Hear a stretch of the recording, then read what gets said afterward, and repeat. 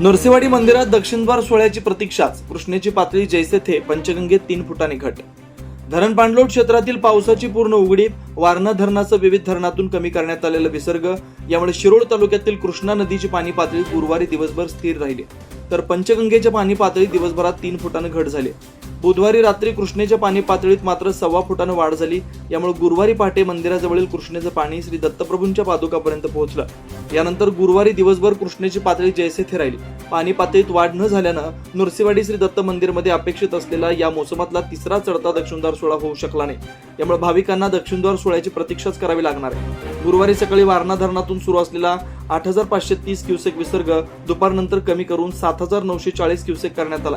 याचबरोबर इतर विविध धरणातूनही विसर्ग कमी केल्यानं शिरोळ तालुक्यातील कृष्णेच्या पाणी पातळीत गुरुवारी दिवसभरात किंचितही वाढ झाली नाही.